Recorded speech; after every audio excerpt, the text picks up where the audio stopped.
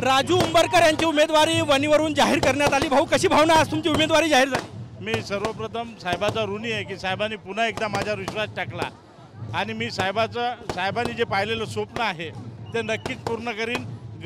शेतकरी बांधव, माझा युवा बांधव यांच्यासाठी मी नेहमी तत्पराने साहेबाच्या मार्गदर्शन झटत आलो आणि याही पुढे झटत राहील।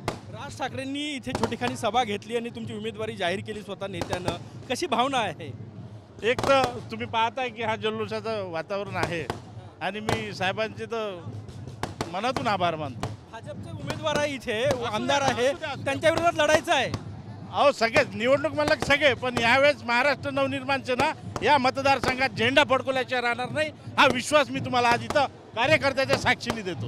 ही गर्दी तुम्ही चांगली जमवली, कुठले मुद्दे घेऊन निवडणूक लढणार आहे? ही गर्दी नव्हे तर हे सर्व महाराष्ट्र नवनिर्माण सेनेचे कार्यकर्ते पदाधिकारी माझे सहकारी आहेत, राजसाहेबांचे प्रेमी आहेत। गर्दी साहेबांना जमावा लागत नाही, गर्दी जमा होते। विजयाचा विश्वास आहे का वणी? 100% विजयाचा गुलाल वणीतून उडेल, 100% उडेल। जो दौरा आहे संपूर्ण विदर्भात एक मनसेचं वातावरण निर्मिती करण्याचा प्रयत्न होतो।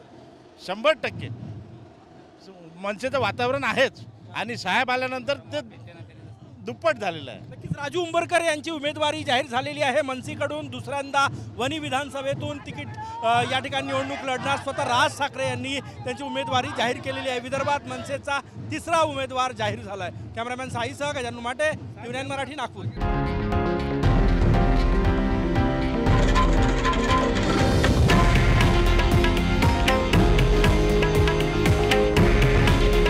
हे आहे देशातील नंबर 1 न्यूज नेटवर्क आणि आपण पाहत आहात TV9 मराठी।